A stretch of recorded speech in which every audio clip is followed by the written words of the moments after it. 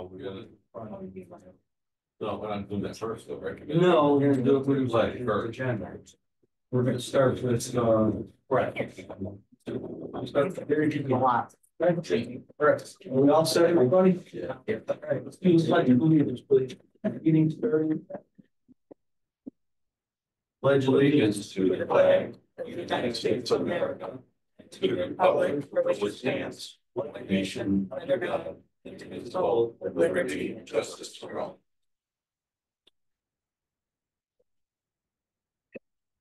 Audience is different. Anybody would like to address the commission for the audience? Yourself, state your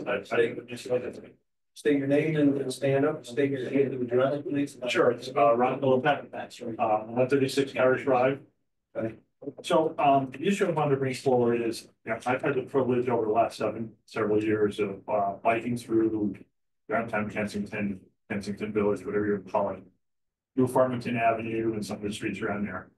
And I've noticed this year that there seems to be many more vehicles that cruise through our intersections while lights are red. So I'm not even talking about entering an intersection with the yellow light. I'm saying entering the intersection with the red light. Seems to be predominant at Farmington Avenue in Burnham, there by CVS, Farmington Avenue in Webster Square, that area. And I've gotten to the point where I don't even try. The only reason I try and cross that Farmington Avenue at those intersections is I go to the pedestrian area, hit the light, I wait for the black signals to turn, I cross the light. What concerns me is this year I've had multiple instances of people that have run through those intersections while the light is on and while I'm crossing the intersection. I even had one at Farmington where he crossed the lane that I had just stepped in. Decided to make a right-hand turn. I just stepped into the right-hand turn lane. And he just flew right by me. I don't know what we can do about this. I know I read all sorts of articles about how driving habits have worsened over the years with COVID and all this stuff. And I have no expectation that we can put people at every intersection. You know, you guys are doing your ultimate job already. But with the technology that's out there, whether it's traffic cameras, or I'm sure you guys are much more aware of all these things in there. It just seems to me that this is an issue as it gets worse and worse, as I said, particularly when people are running intersections while people are walking through with the walk lights. It's just an item that's waiting to be happened. So I just wanted to bring that to the attention. I know I've talked about these kinds of things before, but again, I'm just bringing it just to give you some information. So you're not the first person to bring this up.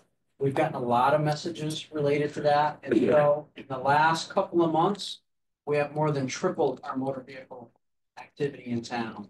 And we really focused, and the lieutenant here was really responsible for spearheading that with his sergeants that run the patrol shifts. And so this month, our activity is for car stops is more than triple it was just 2 months ago.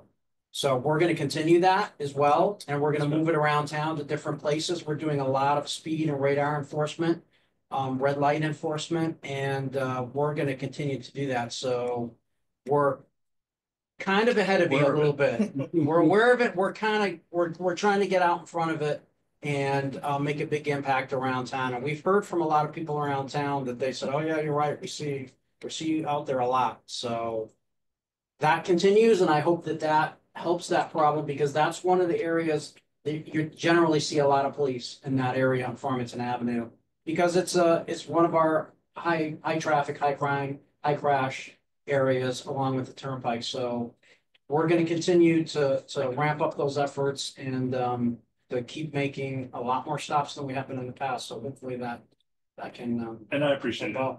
And, absolutely. And I can say that the number of days that I don't see somebody going through those intersections, I mean, you guys get me, I know that. Yep. But the number of days that I don't see somebody running one of those two intersections when I go through them is probably counted on one hand. It's just like it's a suggestion now as opposed to a traffic rule. And you know what, sir? I don't think that's the only traffic light in town that they're not stopping at. And I could tell you definitively that's not crossing the turnpike. You know, Well, that's a separate discussion. Stuff. I know you've looked into, I believe that when I spoke last year to somebody in the police commission that, they looked at red traffic cameras on the Berlin Turnpike. But they were told by the state that they wanted to wait to see they were putting in larger traffic signals. I mean, you're right, system, yes. Yes, I'm sorry, but that's, the traffic light, it's not the size of the light that's gonna make the difference there. the statute surrounding those installation of cameras has to go through DOT, it has to be approved. And it has to be an intersection that is like a high impact area where there's tons of accidents. We don't want to wait for that to happen before we get it, obviously. But just to the deputy chief's point, there's been 300 traffic stops this month. So that's a market increase from what it's been. So hopefully the message is getting out. Well, I certainly hope so, and I appreciate your efforts. Thank you very much. Thank you for coming. Thank you. We appreciate it. Excuse me, sir. Sure, it's Philippek, it's Filipek. Thank you. Thank you very much. Thank you. Okay, we have the approval of minutes for September 18th, 2024. Any questions or comments or corrections?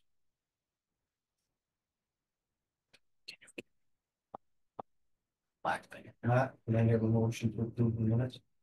I make the motion. Second. Oh, second. You know what? There needs to be a correction. The meeting wasn't on the 19th. Oh, It was on the 18th. Yes. I was not here. I just thought, just now, I'm looking at it, it's not it. Thank you, Chief. Okay. The second. I said I second. One second. That's fine. Okay, we're moving on to correspondence to the commission. Do we have any correspondence? No correspondence. Okay. We're going on to old business, police renovation project update discussion. You give us a. They're hoping to have it all done in the next 4 weeks. They would close the new bathroom area for the front already, and, they were pulling some more lines and stuff, but at the meeting, last week's bi-weekly, update meeting, they said that 4 weeks to think they'll be out then. Now, that's still wishful thinking, because they're working on the access control issue, still, but that's another vendor too. So, as they said, 4 weeks, they want to get out of there before the weather gets cold. They're moving along. Okay, moving on to old business number 3, communication systems repair update discussion. I'm going to defer that to Lieutenant Hart. He's not on a meeting today.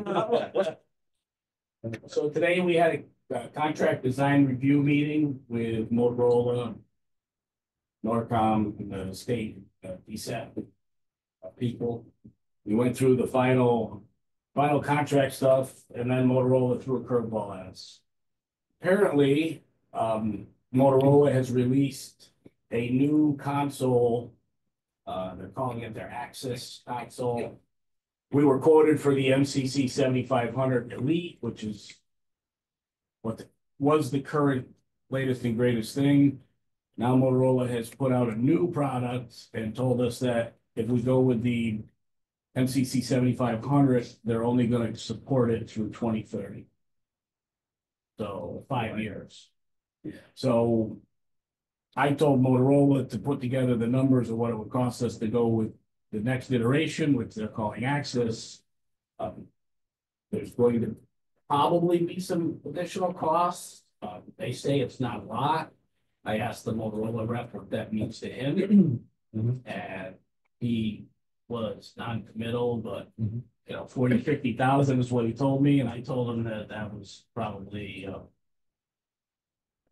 unacceptable if he needed to sharpen his pencil. So they're supposed to get us numbers in a week from now. I mean, there is some money in contingency, but I won't know anything until I talk to them in a week when they give me their numbers. I think maybe would you like it if we reached out to Don Lombardo on the building commission, because sometimes there's a slush form there that can be hooked with. I don't think we need it yet. I've already had some discussions today with Kevin Delaney and we're good.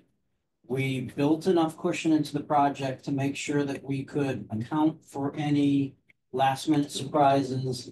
And we can handle this new addition. And the biggest crux of the issue is if we don't do this upgrade now, we're gonna have to do it in a few years because the state's gonna require it anyways.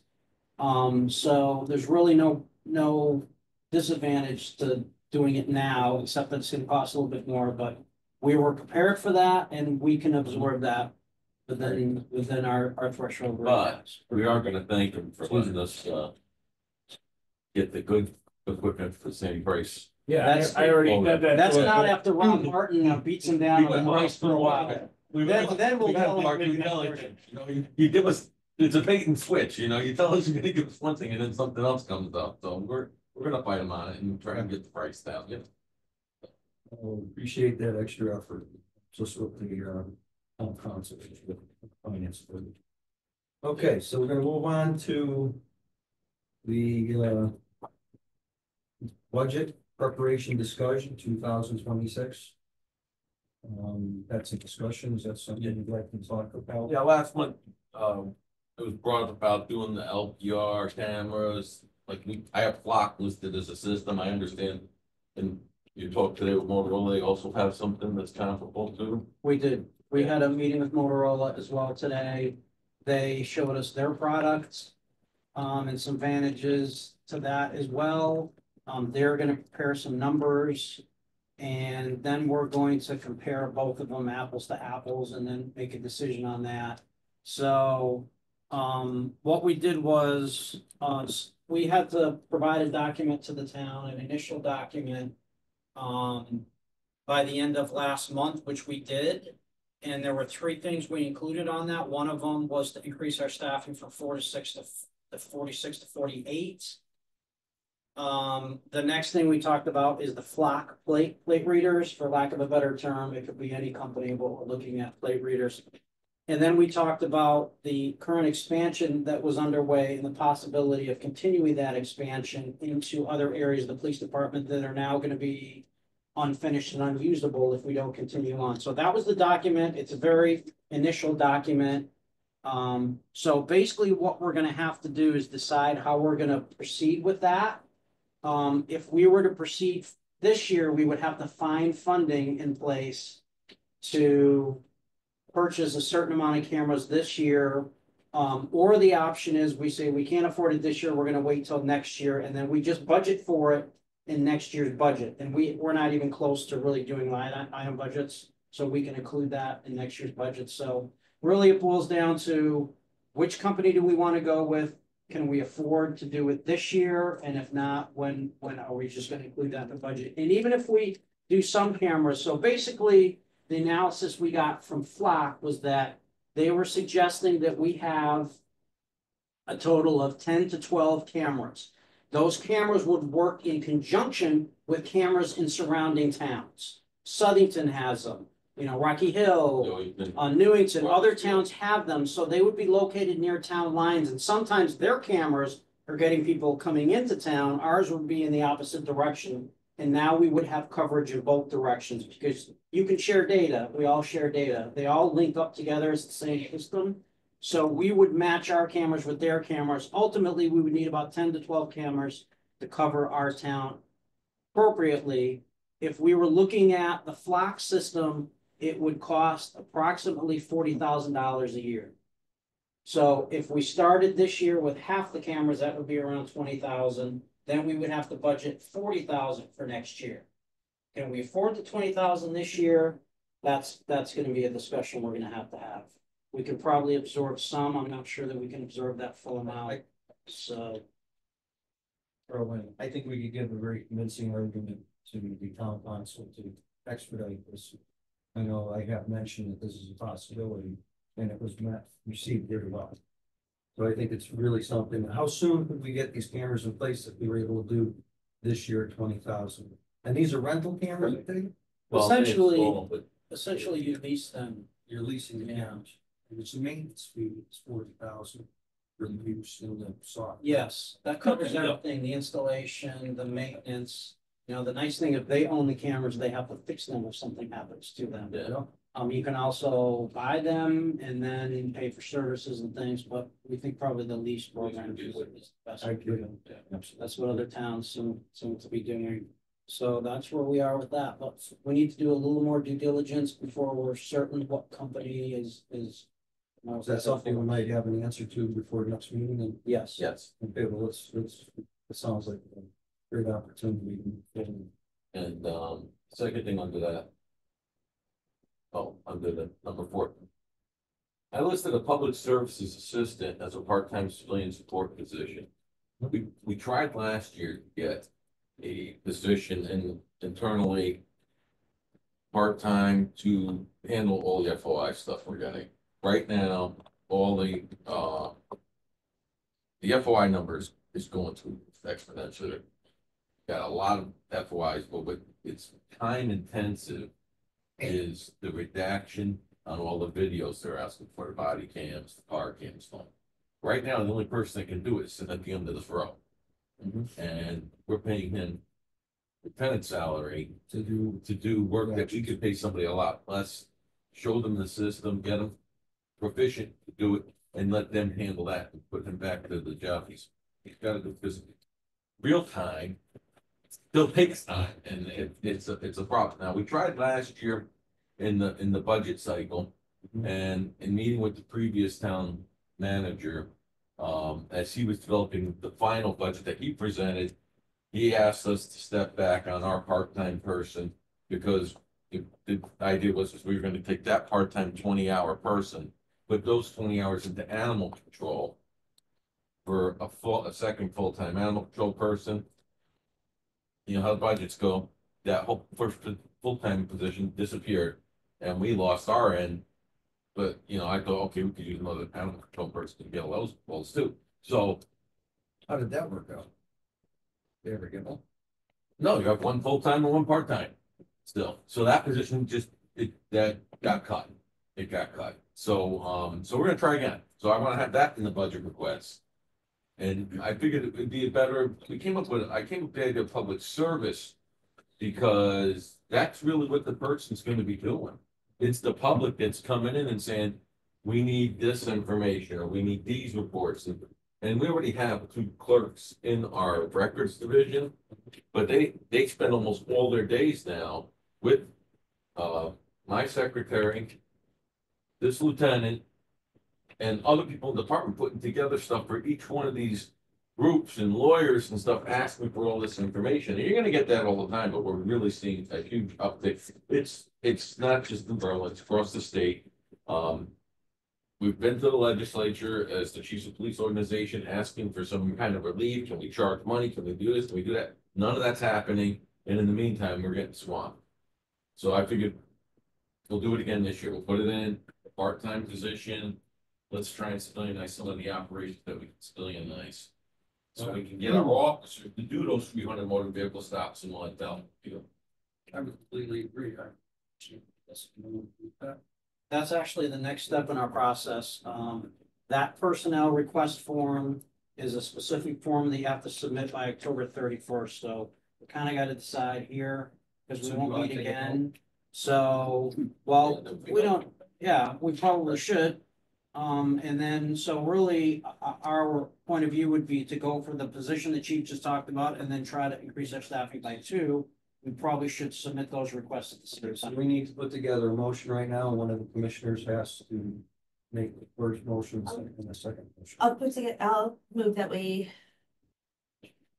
propose a part-time public services assistant position to town council in our budget. Second. Would you go to town council or board of finance? Let's go with board of finance first. Okay, Board of Yeah. Finance, Board of Finance. amend my motion to go to Board of Finance, but no. Thank you. We have a second, Mr. Commissioner Ashton. Can I have, vote, vote, all in favor? Aye. Like, so that's unanimous. In the meantime, do you have any light duty guys, your guys that could? We have one sergeant that is currently, we told you about that. They're last trying to get time. them in. We're getting whacked on overtime with that because he's out on an off-duty injury, so that's creating a lot of sick time, overtime this month, which was one of our big categories. After about 2 months, he'll be able to come back. And we could probably have him assist for the next 2 months, that we'll have him on light duty before he can be cleared to go back on duty, so, you know, that would be a time But you to wouldn't get one for the surgery. have him jump in on that. And that's what, 6 weeks of, Yeah. heavy recovery. One of those.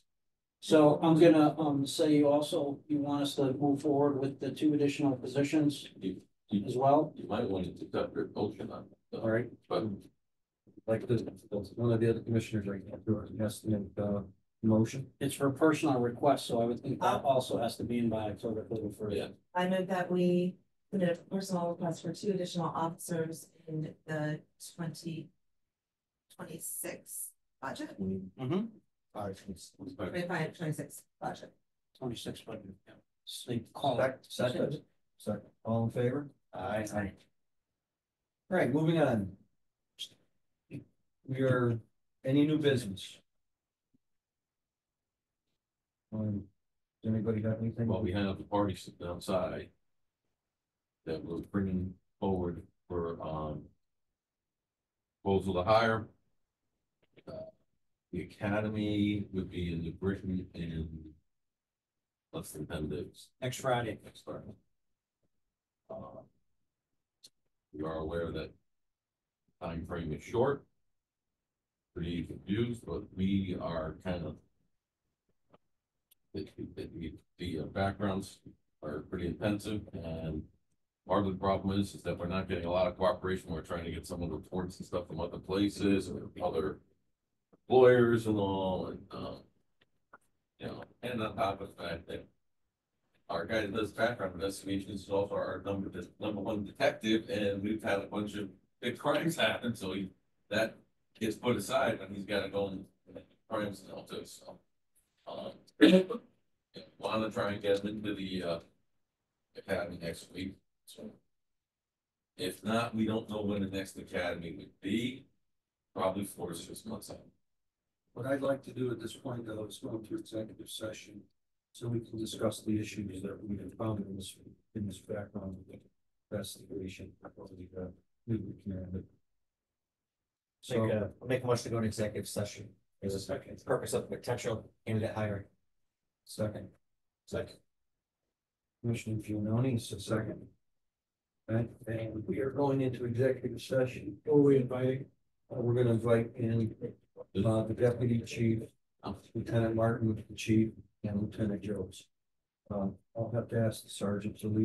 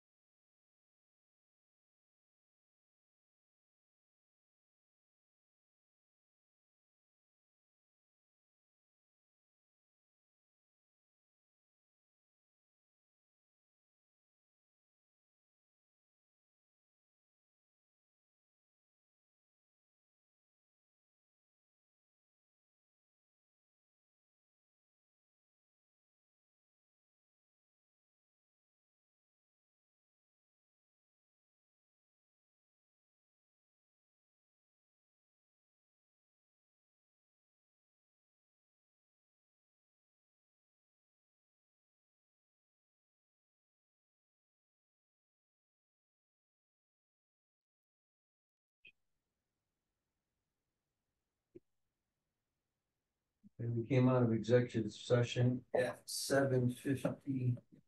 Or, right, 7:50, and, it was, I'll let you made the first, so the commissioner's help.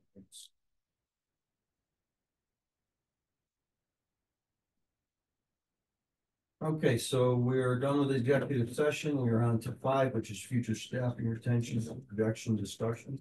Oh, I guess that's you, chief. So I wrote up this document, which is really kind of like a outline. I wrote it like an outline talking about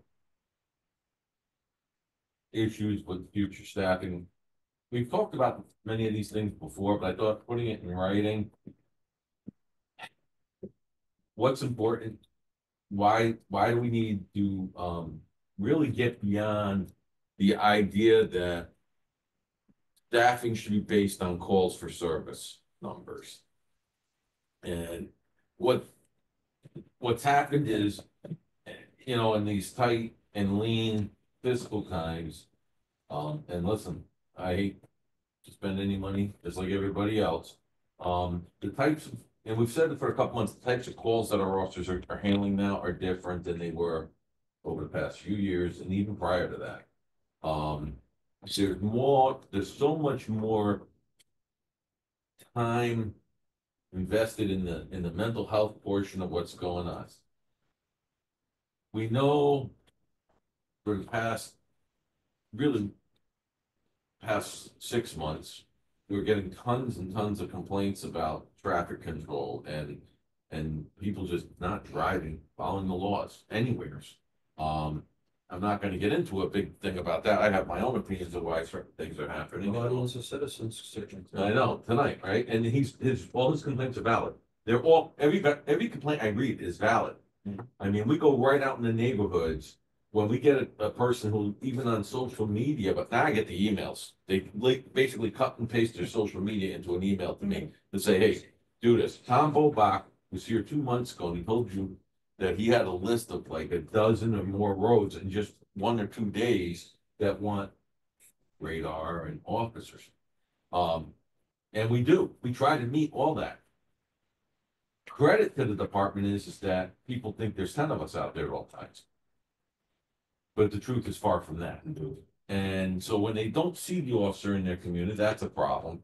And then you have things that also take away from our staffing, such as your special events in town. 2 Wednesdays ago, last Wednesday, whatever. I go to the Board of Ed meeting or the school meeting on school security at 65+ people in the audience. They're asking questions about active shooters. They're asking questions about school safety and security. And ultimately, there's the whole discussion, can we get another SRO back to McGee? Because before I got here, there was an SRO in McGee, but we had to pull the SRO out of McGee because of my predecessors, because of staffing. Everything's staffing. And so in the document, what I was trying to give you so that, because you as a board have to be the cheerleaders for this, because you've got to give us the direction on where we're going to go. And I know we talked about this last month. When I was interviewing for the position of chief here, the focus was on 50. And so for the past 3 years, we've been focusing on 50. Everything from the locker room redesign, purchasing of equipment, everything's based on 50. But we're not even getting to 46. And we're gonna ask for 48 because the plan was 2 for 5 years to get to the 50 or whatever, right? But if we're gonna get to 46, you've got to we've been constantly hiring. We're constantly doing interviews. We're constantly weeding people out. We're constantly hiring. I could use full-time detectives just doing backgrounds. You saw that this book. Look how It's amazing. Yeah, you get 4 or 5 of these before people drop out. Sometimes they get halfway through the book and then we find something that's fatal and we get rid of it. So you don't even see those ones. But it's all man hours, all intensive. And another girl board next week. Yeah. It's like a machine. It's just a constant machine. But that takes away our officers off the road. And everybody wants the officers on patrol. But not every function of the police department can be a patrol function. And yet, If you go to school for criminal justice, law enforcement, the academy, everybody says patrol is the backbone of the police department. I have never disputed that. Patrol is the backbone of the backbone of a police agency. The problem is you gotta have supports for the backbone to stand. You know, it's just like human body. Backbone's a strong bone, but you gotta have other things to keep you together, and we need all those supports. So when we look at our manpower, we have to take into account what other needs. So like the training issue, you know, we need a training officer. This department is a medium-sized police department. It didn't have a training officer when I got here. We put a training officer in. But anytime you deliver something new, there's gonna be growing pains. And that's what we went through. And then it didn't matter. We had to pull everybody back and send them out there to address the needs of the complaints. And then our detective bureau's down to one full-time, well, one full detective, one youth bureau detective, sergeant and a lieutenant. And they're all handling the investigations. You know, we have 2 openings that we're just not gonna fill because I don't have people. We stepped backwards, we went to 2 openings. There was 1 last month, now there's 2 this month. Well, we never had one filled. For the past 2 years. Now we lost another one, so we're 2 holes. Yeah, that's, so when you ask about DEFCON 5, yeah, I feel like we're going backwards. I don't feel like we're moving. We were moving forwards. We're really not moving forwards. If anything, we've stalled. Or we're just trying to maintain. And then we need clear direction. The department needs clear direction to know which way does the community want to go? Are we gonna go to the 50? Are we gonna say, okay, if we go to 50, we'll probably end up with 46, because you're always gonna be behind. And we've got to look at that planning. And that's all gonna be part of the budget. But that direction has to come from the police commission. Understood. Now, in response to that, you know that I like to, as a commissioner, read into the minutes. You know, this is a There's a lot to 6-page read there. doc. So I don't think it's realistic at this point in time, but is it possible? to Put this on a social media, seeing as this is public information. Could we do that so that the public could read this if they wanted to? I think it's a great document. It says it all. We need support from the public, that they want to see this be an issue. Yeah, I don't know if anybody can read on social media. It'd be pretty long there too. I'm just wondering, do we have a Yeah. website? Yeah. We could do? Put that on. I actually, Basically just use social media to put stuff out. yeah, Our website is basically Alan's website. it's not a good website. That's good. No, I wish we had a good website. Because I think We don't this is, control our this is the website. key. We need public support. Yeah. To justify. That's who manages our part. So we. It's kind of usually. I'm just saying, I think this is an awesome document. It says it all. And I'd love for the public to be able to see this. Because I think that's where we're gonna get the support that we need to justify this as a motion. So The direction we need to go. an old guy like me, I have a Facebook page. It's a police chief Facebook page. And I put something much shorter in response to, all the people saying, hey, how come we don't have enough police officers? Or how come the officers at my street? How come the officers not on Farmington? How, you know, whatever all these complaints are. Can you see responses to it? If people actually read it, Yeah, yeah, people read it. they like it and stuff like that. Yeah, the responses were pretty good, but that was on my police chief, Facebook page, and I really try not to make commentary like that on there. I try to put on things like, oh, you know, this week is National Police Women's Week or something. Because I was very frustrated with all the social media complaints and all the emails and all. So I wrote something up. It's not as intense or as much information, but it does say, listen, we're out there. But these are the things that an officer does, and it tells you what an officer does during patrol, very generic, but all the things that an officer can do while they're on patrol and all. And I saw some comments on it. It didn't look like nobody was like, hey, this is wrong. I mean, they thought it was right. And we have some social media supporters who jump on all these things too and say, hey, look, you know, our officers in Berlin are doing the best they can. I think because, like I said earlier, they're so visible, people think there's more of us. So my question is, what's the plan? If you wanna get 2 more to 48, and then 2 more to 50. Are you gonna take those 4 and keep them on patrol, or are you going to have them in the detective bureau? How do you envision those extra officers being utilized? Right now. It's patrol. It's patrol. That was part of the idea of writing this too, so that you all could sit down and say, hey, listen, what do we think the needs are gonna be? And do a projection, like, you know, how you do like a capital plan for 5 years. You've got to start looking more than 2 years ahead. And we're not even looking 2 years ahead now, because it was 8 years ago, I'll be here 3 years, November 1st. 3 years ago, when we said, hey, can you get us to 50? That was one of the big questions on this application process here. Can you get us to 50? Yeah, and we've been trying to get to 50, and we've gotten 10, but we stepped back 4, so you only got 6 when you really start adding things up. And it's also taking a long time, a lot longer than was anticipated, but the previous chairman was saying we'll do 2 a year every year for 5 years. But that's still not. We need to be more aggressive with that. We I can don't want to try. put words in your mind, but yeah, I just put the words out there. yeah, I think you're right, Ed.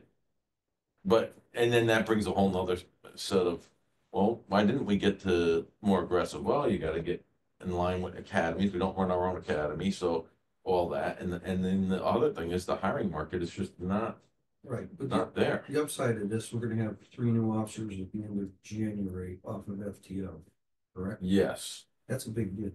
And They- it'll- No, they won't be off of FTO Like in March. January. It'll be March or April. End of February. Yeah, beginning of they're coming out of the March. academy Yeah. right after Christmas. Yeah. Once we get some extra personnel on patrol, then like the chief was saying, we'll have the flexibility to do some other positions that are absolutely needed in the department.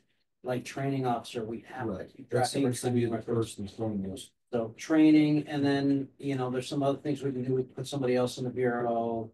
And we're also looking Not at overloaded some of the right now.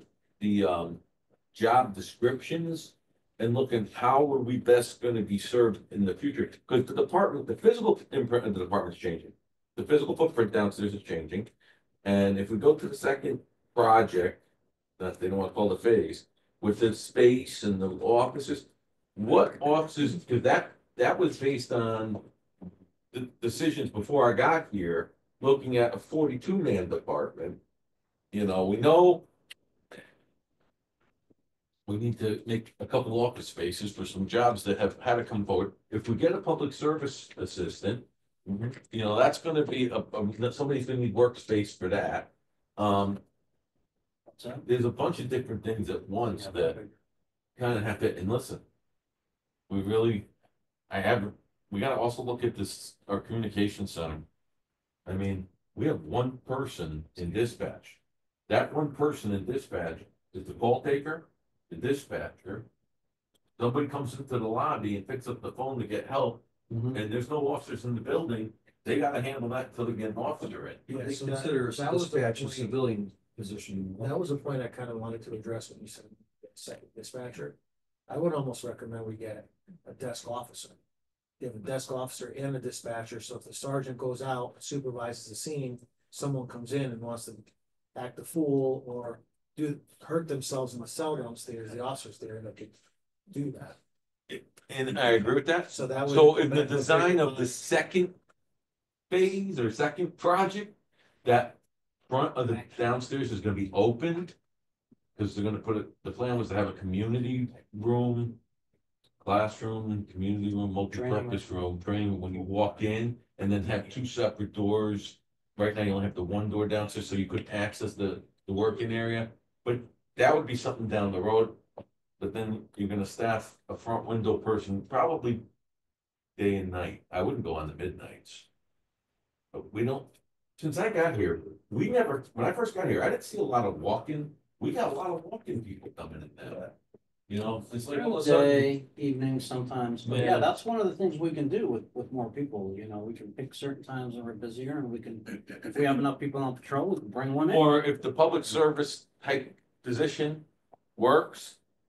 I know, the agency I came from took the cops out of the front window and put in third-party vendor civilians. And not only are they the front person you see, but they can also put calls into dispatch, because they're all trained dispatchers, but they're also the people that, can direct you, oh, you need this, you need that, oh, you want paperwork to go get a pistol there, oh, you wanna go, you gotta come back for records for It's your almost report, like stuff another- like that. It's almost like another public services assistant. Yeah, that's what I'm thinking, beyond, but that would be in the future. We don't have a front window per se right now. We have a one-way window where the dispatcher's in there. And we just realized, hey, guess what? When you can't use your bathroom, what does your dispatcher do, And they don't complain. And believe me, these dispatchers are great here. They do not complain. The other night when that incident on Tollgate, I was thoroughly impressed with how calm, and then luckily we had two. We had two that night.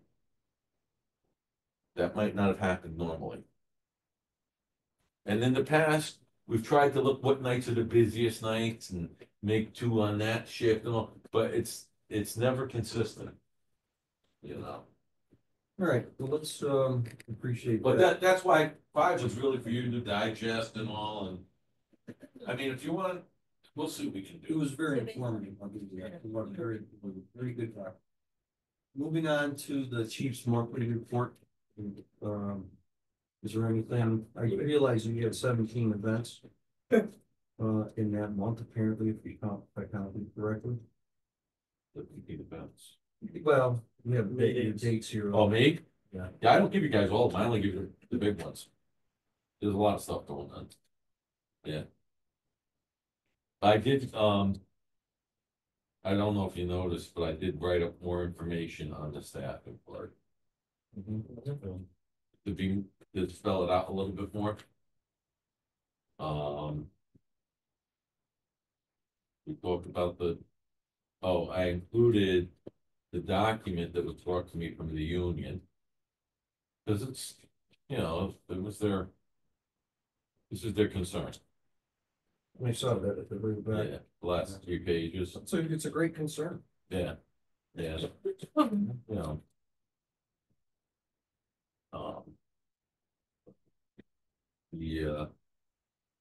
But the patrol division is so aggressive on the motor vehicle stuff.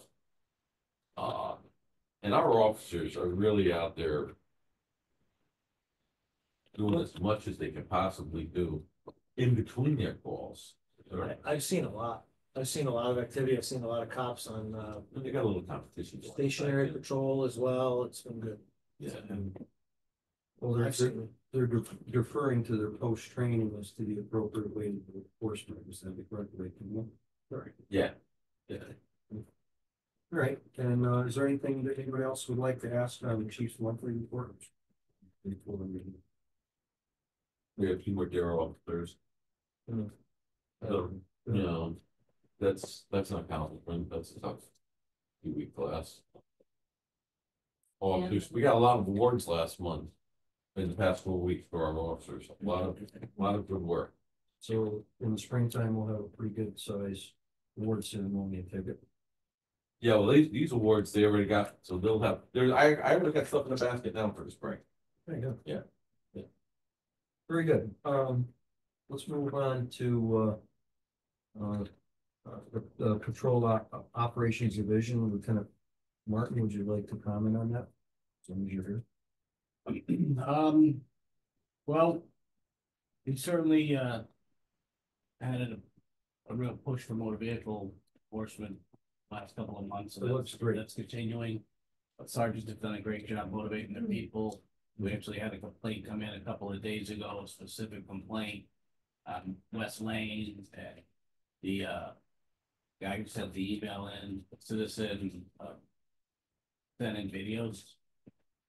Sergeant Gould, I gave him to Sergeant Gould, and he showed him at roll call, and that night was when I got the guy that was committing the egregious violations in the neighborhood and took appropriate enforcement action.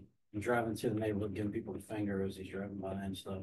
And I read That was it. a good one. Passing car. A good one to get. Do I sent Wade a text that night. Great job. And, in my report, obviously the employee recognition section, I was good job of fighting. Stop, shut, stop, and everybody. Yes. Some numerous DUI arrests, so that's good. DUIs a lot, again, you know. Yeah, taking them around and save people off the road. That's good. So in this, in the motor vehicle analysis, there's a couple of things I just wanna make clear. You see, there are some people that appear to be low in performance and in motor vehicle stuff. But in a lot of cases, those are FTOs that we're trading. So if your calls are bought up for someone else's name, those two people. in the car, You mentioned that. You know what I'm saying? You know, and some of it, you know, Officer Dosky, he was out with a hand surgery and, you know, they worked, you know, 3 or 4 days that month and that kind of stuff. So that's not always reflective in the, you know, just the bare numbers. But, you know, we do pay attention to, you know, how that correlates to how much people have actually been here and what else they're doing. Plus the DUIs, you know how long that takes to do a Right. DUI, so one, you're done for the night, so. Yes. You're done. We have, well, I noticed that you have the overtime, breakdown here. Yeah. Or is anybody on the commission would like to ask some questions? Oh, yes, I noticed, there's like one summary that states it's like 40-something thousand, and then another one that's 60,000. Yeah, One of them confused by. one of the reasons is when they send us this budget for the actual, it's not actually the end of the month. It's a few days shy of it, so what you're looking at is the regular overtime. I don't think that included the Berlin Fair. Yeah, think I Rob broke did it that out, separately. and this is just $48,000 just your control. It just, well, it's across the board operationally, not including the fair. And that's what I figured. And then the fair, I listed separately because the fair is, and you see my note here, is kind of a misnomer because 33,000 of this expenditure is reimbursed by the Lions. But then the other 33 is by us. From our budget. Yeah. The line item, Overtime. is the line item for it, or is that the one that's Just just comes right out of. Out of the same Yeah, account. that's a waiver and it comes right out of our overtime. So I think we need to discuss again with the Board of Finance and the town council, but if they want to waive fees, that's well within their prerogative, but there should be a line item budget for it. Right. And then they should work within those confines, you know, and it would be easier for budgeting purposes to do that. And now they know what the fare is Yeah, I mean, Yeah. roughly. if they know based on historical analysis, we waive the fees for 10 events and it costs us X amount. And make that as a budget item, you know, so it's being transparent. We have that amount of money, I think, listed in the waivers on the other documents. That's- Do you think- Port service. Yeah, so we can start maybe Pretty high. on requesting sick. town council. Pretty high in sick too. And a lot of that is due to that one sergeant who's now out on leave, our sick, overtime due to sick one, quite a bit even last morning. So absent the Berlin Fair, we're at 48K. Last month, I think we were at 42. And then the previous was like 60, right? They were trending down even considering the sergeant's out. We've been trending down quite a bit. And that doesn't even include FTO, and that, so. Yeah, the last budget be actual, not including fair, showed we have almost 80% of our overtime budget left. Which is good Which comparatively is good, speaking. so we've used about 20%, but we've gone through the first quarter. So. That's good. you That's know, really good. And we haven't even seen the benefit of the. Yeah, so we're kind of we're hugging that line. And they didn't budget us overtime, Yeah. what we requested. No, they took it down 100,000. And with FTO, and like the chief said, you guys are paying more in overtime for that as well, so. Yeah. Okay, yeah, Right, well, let's move on from Lieutenant Martin's report. We're into investigation division with Lieutenant Solt's report, and then you have the youth officer's report with Detective Chafee, which is attached to this particular section 8. Does any of the commissioners have any questions or anything on this? I assume the Dropbox collection was 0 because there was no lobby. It moves the drug Dropbox. That makes sense. Yeah, because they knocked out the walls. Nobody's not. Yeah, figured. the last page, which officer is it? Is there still one of these that's no longer with us? There's No, not we on this just- list anymore, these are still on. That one's off. Yeah, these are all here. Everything looks on track. No issues. Roy comes off by the end of the month. He's on. He's Well, off. Yeah. We let him Took off him off early last week. for performance. He was doing a great job. Yeah.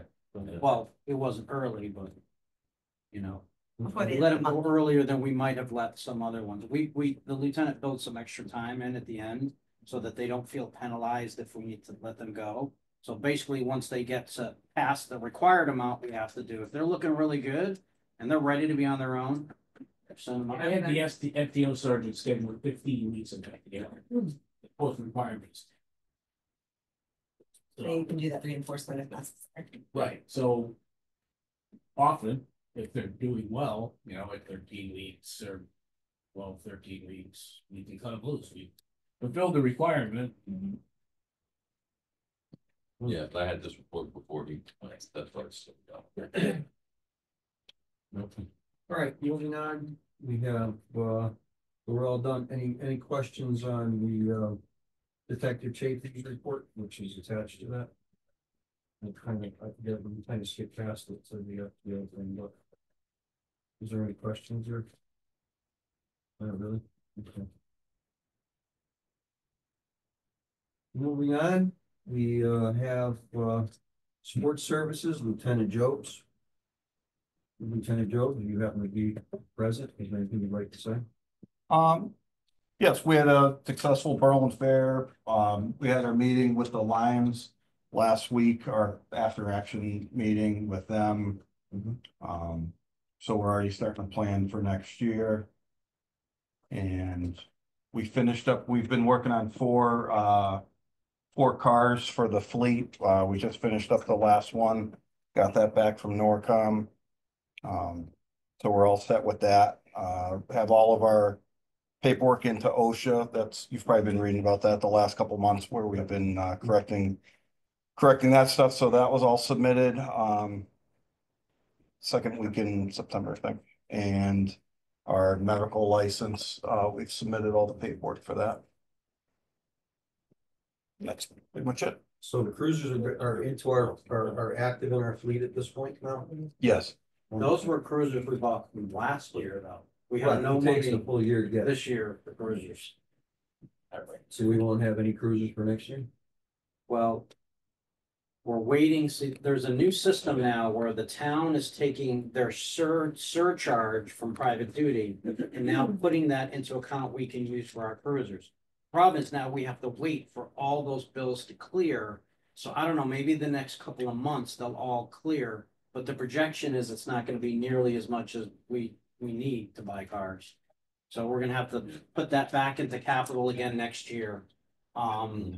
Because so far for this year, we have no money for cars. So in other words, at this time next year, most likely we won't have. Well, we're definitely not gonna have 400 cruisers. Once we get the money, I think maybe we'll be lucky if we have enough money to replace two. And ultimately, I'd like to replace 2 cruisers at least in an unmarked, because our hero cars are getting so old. They're all old Chiefs cars. And some of them are old sedans they're not in the greatest shape. 9,000 miles. We'll see how much we have. Is there a chance we can put in our brings to the finance words? Well, we're gonna put in for capital for next year. We're gonna request another 4 cars for the following year for in 26, and we're also looking for money for another pickup truck. Our pickup truck is much smaller than we really need to tow the trailers that we're towing with it. So we're trying to get a new pickup truck to replace our aging smaller pickup truck. All right, well, that takes care of support services, Lieutenant Jobs. We are moving on to operation Yeah, we report. have something in the, Sure. and that's on page 6. You know, just looking at the Berlin Fair, when it talks about private duty neighbors, if we're trying to get a framework for town council to stay within a budget, it would be about 40,000. They'd waive $40,000 this year out of our budget. Including the Berlin Fair. Including the Berlin Fair. Approximately. Can we add that to this? It's gonna be a lot more than that. And- Yes, and we know it's much more than that. finishing out the year, I mean, it's only through October, and it looks like they've done some retro ones that they waived previous years. Remember what we were Well, allowed? what happens is, We in the sixties or something? yeah, we're starting in the 60s, 160 and 70 like, what happens, some of the groups don't get their fee waived, and then they get a bill, and then they go to the town and they say, hey, wait a minute, our fee waived, because they gotta pay the bill, and they do it retroactive. So. I guess one of my questions is the, it's the Board of Ed guidelines, officers assigned based on the Board of Ed guidelines, and I know it filled out the form. I believe the chief can waive. If I remember correctly, the chief can waive personnel at some of these school events.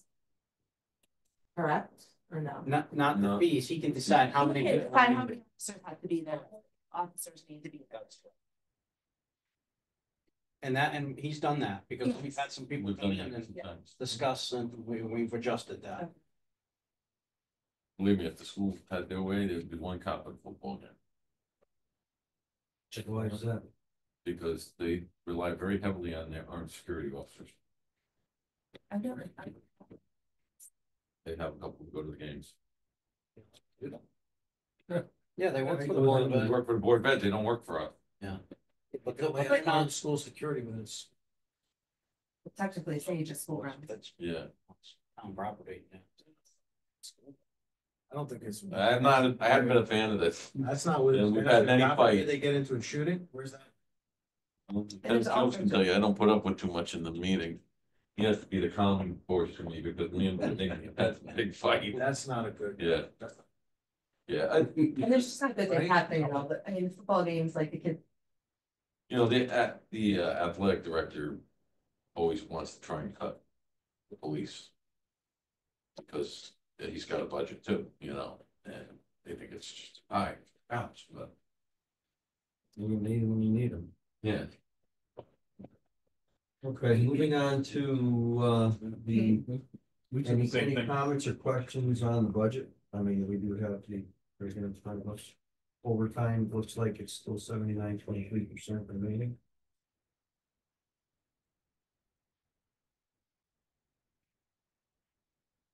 Any questions from the commissioners, just anything on the budget versus the actual for September 30th of 24? Level fund expense. Good to go. And then on the next page, we have the training. The following personnel have been scheduled for training in September, so apparently this is already come and gone, obviously.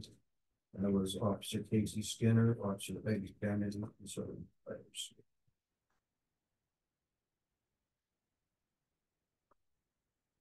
All right, moving on. We have the Freedom of Information log. Is there any questions there? That's been busy. The reason for the Public Services Assistant. Chief, Yeah. Deputy Chief, anybody, lieutenants? What's the difference in it's in one? Civil suits. Yeah, Which one? the redaction on something like that for a fatal crash. Mm, When you have 6 officers on scene, plus, then our MSARS people show up, everybody's got body cam, every car's got a video, and they're on scene for 2 hours or better. Redaction for that kind of stuff takes me a week. Then you actually do all this yourself, that's what Jim was saying. We don't have anybody else right now that can do it, we don't have the manpower, so That's why we need. kind of stuck with it right now. We need the public services. Just looking I at, don't wanna pull somebody off of patrol and teach them how to do it and have them sit behind a desk for a week to do it. That's counterproductive. I just do it in between. And if they have to wait longer to get it, because I have other duties, so be it. and when we get these requests for FOI, some of them are lawyers, some of them are insurance companies, and some of them are people on fishing expeditions, just looking to tie us up, and they'll ask for tons of stuff. So there's been a couple, I don't see any on this list for this past month, but we've had a couple where every department in the state has gotten the same FOI. To try and get everybody to respond to them, All right, well, that's that. And Sergeant Gould has been sitting there very patiently. Is there anything at the end of this meeting that you would like to say to the commission? It came up briefly when we had the range meeting. I originally had proposed this a few years ago, that was getting, suppressors for our patrol rifles. I don't know how much detail you want me to go into. I can go into a little or a lot. This is the, I'm gonna pass it out. That's the quote that I got from the company he did. The owner was, they're based out of Texas. He's actually originally from Connecticut. So he was up here. We did a test. If you're not familiar with suppressors, I think the biggest problem is that like people think what they see in the movies is that they're silent, and that's not what they are. They're not silencers. They're mufflers on your car. Doesn't make your car run, silent. It quiets the noise. So, So it's a silencer versus a suppressor. it's the names have become interchangeable. The problem is that they're not a silencer. They're just not. Well, they're not firing subsonic ammunition. Well, that's, yeah, I mean, there's a lot of factors that go into it. This one coming around is a pretty good chart to show you kind of where typical noise is. Anything of, once we start getting above 80 decibels is where you start to have hearing loss. This is a similar chart. This kind of shows the breakdown with what firearms are. So with our rifles that we have, they're somewhere in that 150, 160 range, typically is where they're shooting. Obviously when we're on the range, when we're doing training, we're running Gear Pro, there's some extra copies. We're running gear protection, everything else. That's not really my concern, although it would knock down some of this noise when we do training with the rifles. But ultimately, if we have to deploy these things real world, we're not wearing hearing protection. We had an incident a couple weeks ago where there was gun involved, there was a shot fired. It eventually ended that it was a suicide, but we didn't know that at the time. And we deployed rifles out of the cars. If that had turned out into where we had to shoot, the guys that are shooting are probably looking at some kind of hearing damage. Certainly if we have a shooting inside of a building, we have multiple shots fired, you're looking at workman's comp claims on damage to hearing. So the reason that I kind of want to go with these suppressors is kind of twofold, and I found this kind of online. It's kind of a good sort of a breakdown of, you'll see the on one side, and this is just a handful of suppressors that this one website where they did a bunch of testing, but you see the name of the suppressors, but the second column there is the prices. And then if you look all the way over, the second to the last column on the right, it's the average 223 decibel levels.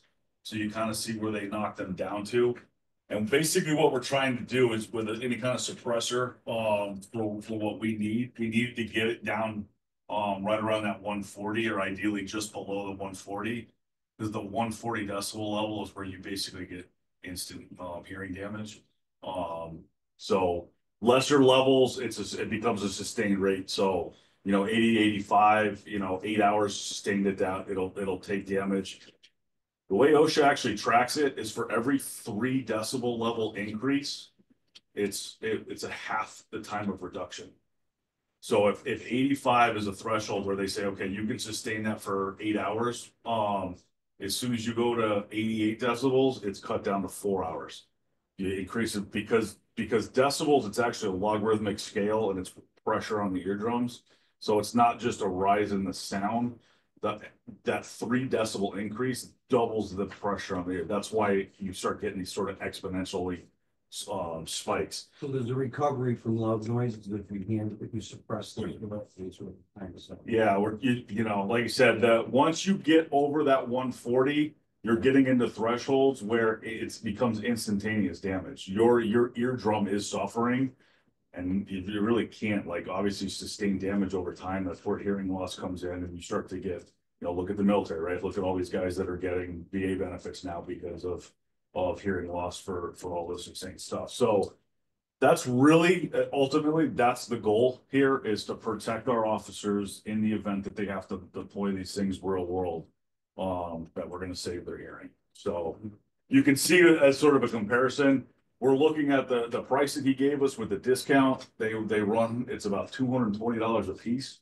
Versus you can see the numbers on here where the average cost of most of these suppressors that are putting it in that same category range are, you know, anywhere from $700-800, some of them north of $1,000. So I've talked to the Mattabesset Gun Club.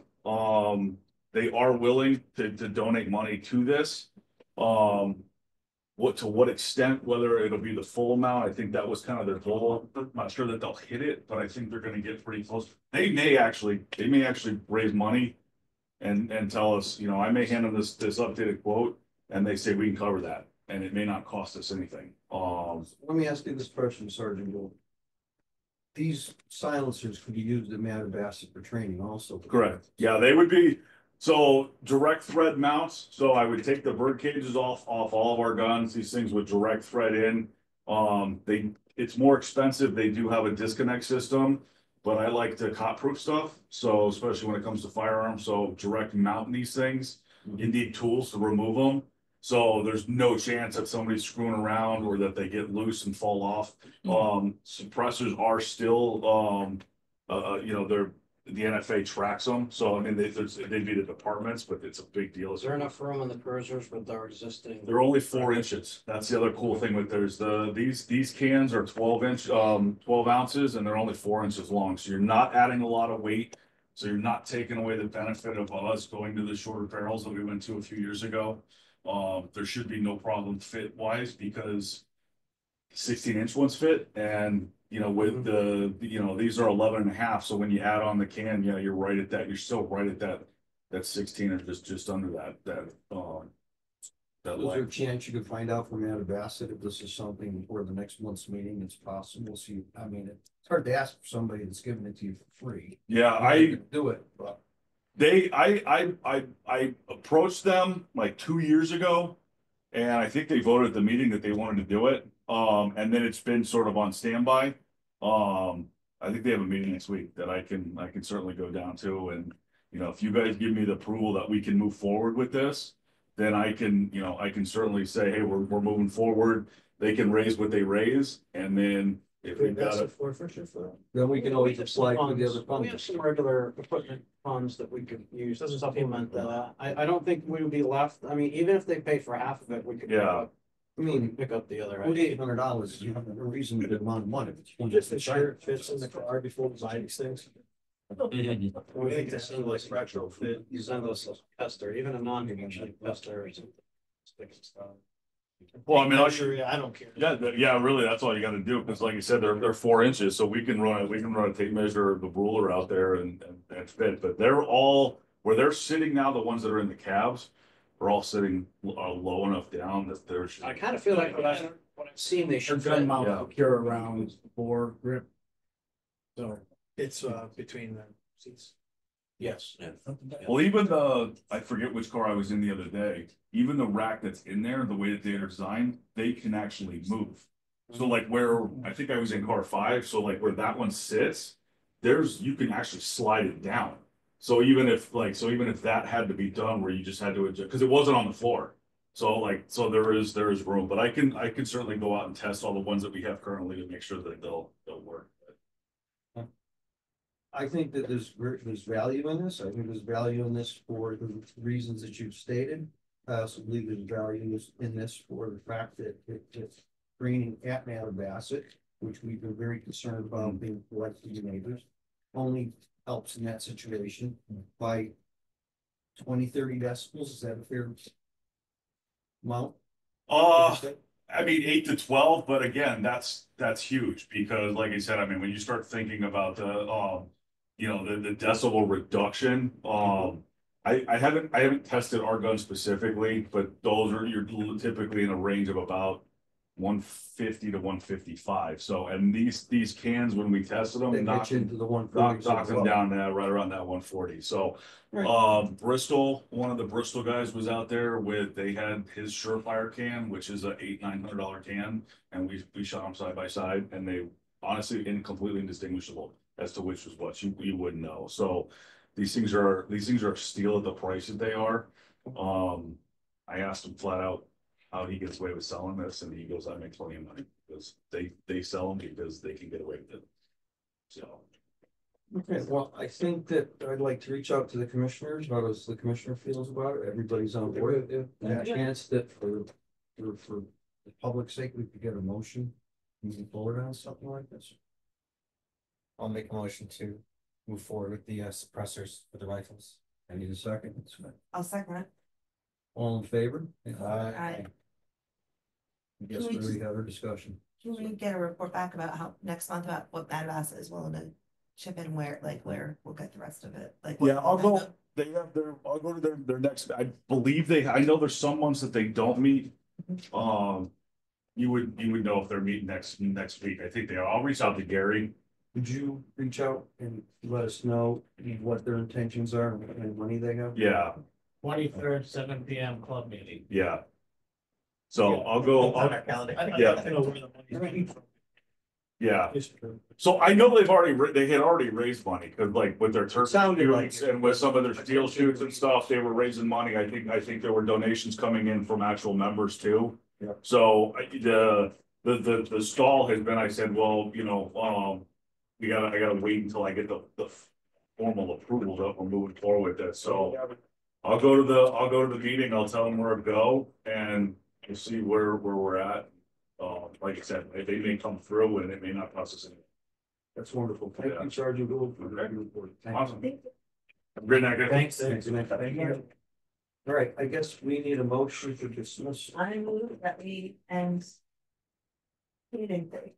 Your adjournment. Adjourn the meeting, thank I you. need a second. Again. Second from Mr. Eshu. Thanks. Like, All right. I would be outie. That's it. Easy. I don't think it's you said. Thank you, Commissioner. Thank you, Lieutenant, Deputy Chief.